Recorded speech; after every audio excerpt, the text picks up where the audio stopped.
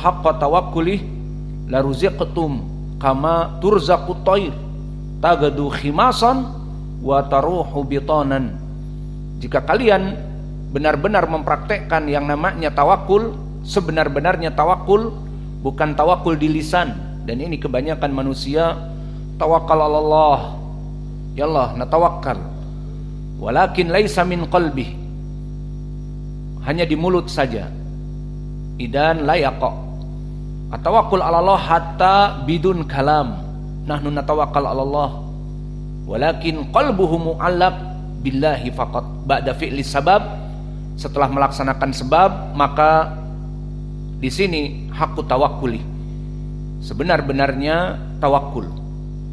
Mana poin pendalilannya orang yang bertawakul akan diberikan rizki yang melimpah? Turzaku kama turzaku toir, bahwa dia akan diberikan rizki seperti rizkinya burung. Maka lihat burung-burung di pagi sekarang ini, mereka keluar dari sarang-sarangnya, tagdu khimason. Dan makna tagdu, dia keluar di awal hari, namanya budwah. Tagdu keluar di awal hari, seperti sekarang burung-burung keluar jam 6, jam 7. Tagdu khimason, makna khimason temboloknya kosong, lapar. Wataruhu, makna rauh, kebanyakan setelah duhur, bisa jadi ba'dal asr, sebelum maghrib. Taruhu bitonan, dan dia kembali dalam keadaan bitonan. Bitonan temboloknya penuh. Dari mana rizki itu? Apakah dari syahadahnya dia S1, S2, S3? Apakah dia mempunyai kios untuk mendapatkan uang jualan? Tidak. Maka semua dikarenakan tawakulnya kepada Allah ba'da fi'lis sabab. Tawakulnya kepada Allah, Allah Maha Pemberi rizki. Fi'lus sabab tagdu khimason, keluar mencari belalang, mencari apa saja yang ada, maka akhirnya Allah berikan rizkinya. Maka itulah tawakul. Tawakul definisinya adalah iltija'ul qalb ilallah ba'da fi'lis sabab. Maka jangan disalahkan yang namanya tawakul.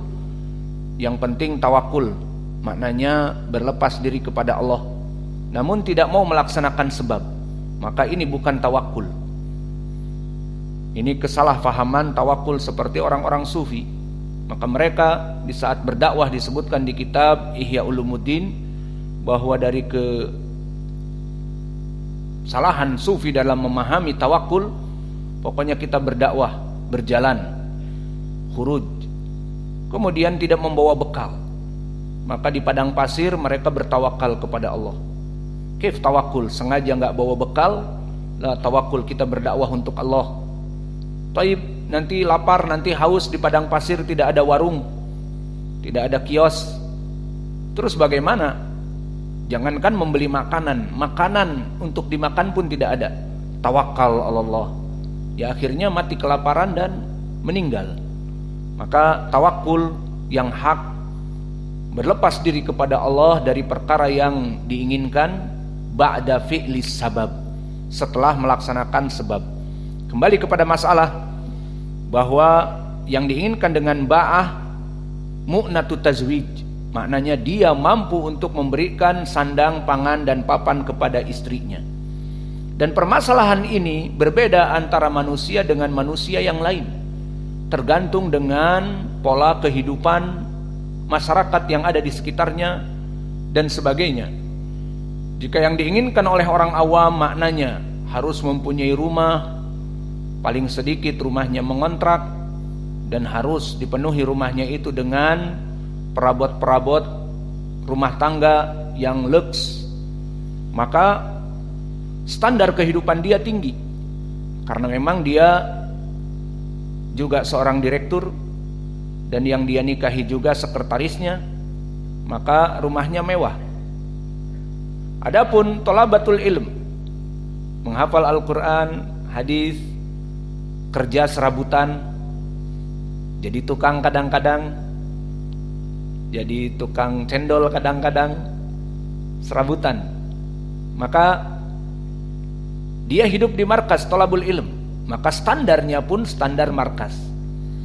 Ada rumah, pokoknya beratapkan apa saja, yang penting bisa teduh, maka dia di sini standarnya lain dan mempunyai uang meskipun 1 bulan 5 juta untuk makan, alhamdulillah cukup 5 juta atau lebih. Al-muhim seperti itu. Standarnya dia hidup dengan tulabul ilm. Seperti kita dulu di Yaman, di zaman Syekh Mukbil, maka yang menikah, alhamdulillah Syekh Mukbil memberikan uang makan 3.000 rial Yaman. Itu sekitar mungkin $20 seperti itu. Dan dikasih beras dan dikasih tepung, alhamdulillah cukup. Maka menikah pertama dapat jatah, nikah kedua nggak dapat jatah. Karena kalau dibuka itu semua orang pada nikah 4, dibayar sama Syekh Mukbil semuanya, alhamdulillah. Al-muhim semua kembali kepada mu'natut tazwij, kepada di mana dia tinggal. Maka kebetulan antum di sini tinggal di tempat menuntut ilmu, maka barang siapa yang ingin menikah tidak usah muluk-muluk, tinggal melihat kontrakan rumah, kemudian makan dan minum, alhamdulillah Allah akan memberikan rizki kepada kalian. Maka menikahlah, dan Allah akan memberikan rizki. Iyakunu fuqara'a yughnihimullahu min fadlih. Tidak usah muluk-muluk harus mempunyai rumah mewah ataupun makanannya pun mewah, tidak usah. Adapun ucapan Allah, ucapan Nabi kita, ahsanu lil farj ay ahfad an wuqu fil haram, fi zina atau pacaran atau yang lainnya. Fa innalahu wija, makna wija fil asal adalah radha khasyatain wa daqqahuma litad'ifu al-fuhula. Asal dari kalimat wija, bahasa Indonesianya yang lebih tepat dikebiri. Apa coba dikebiri itu? Seperti binatang ternak yang dikebiri. Maka binatang ternak misalnya sapi dikebiri, agar sapi itu montok besar, maka dia tidak boleh kawin. Itu maknanya dikebiri. Al-wija maknanya pengkebirian. Sehingga si sapi itu kalau dia menghubungi istrinya terus, ya biasa saja. Namun di sini kita ingin menjual dagingnya banyak, maka dikebiri. Alat kelaminnya dijadikan dia tidak normal seperti pejantan. Maka intinya dipukul, diikat seperti itu. Dan mereka lebih mengetahui orang-orang peternakan. Diikat sehingga tidak mengalir spermanya, maka akhirnya dia tumbuh besar karena tidak keluar dari air mani dan sebagainya. Itu asal dari wija. Maka di sini Nabi mengatakan fa'inna, bahwa sungguhnya pada puasa itu wija, ada pengkebirian. Maknanya anasauma yaqta asyahwah wa yaqta syarrul mani, bahwa dia itu memutuskan syahwat dan memutuskan dari mengeluarkan mani.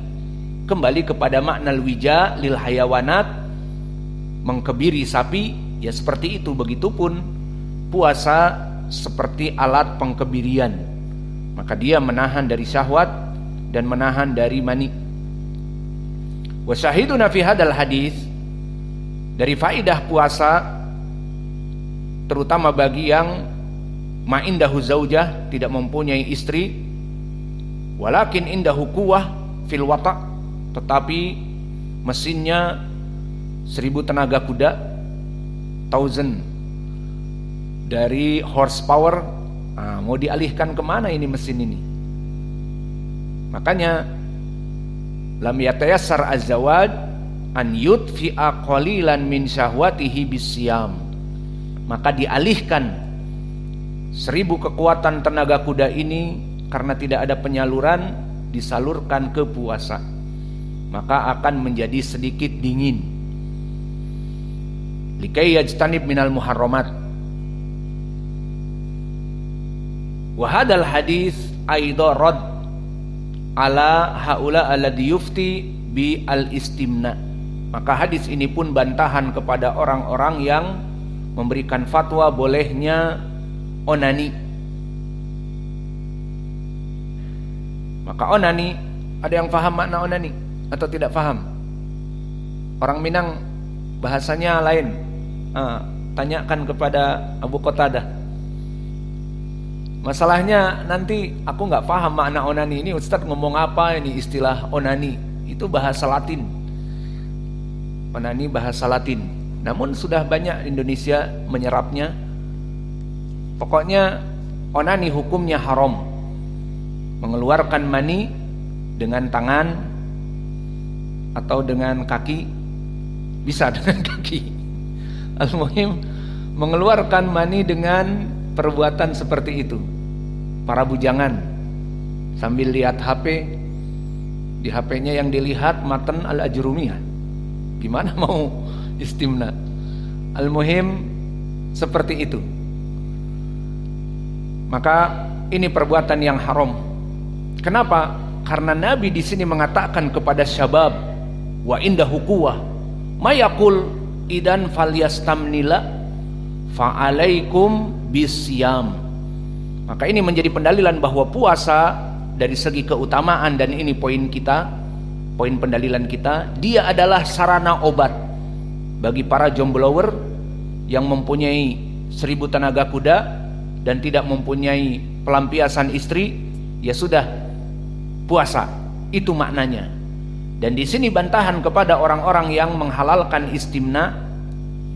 Maka istimna laisa bijawab, bukan jawaban bagi laki-laki yang tidak mempunyai istri.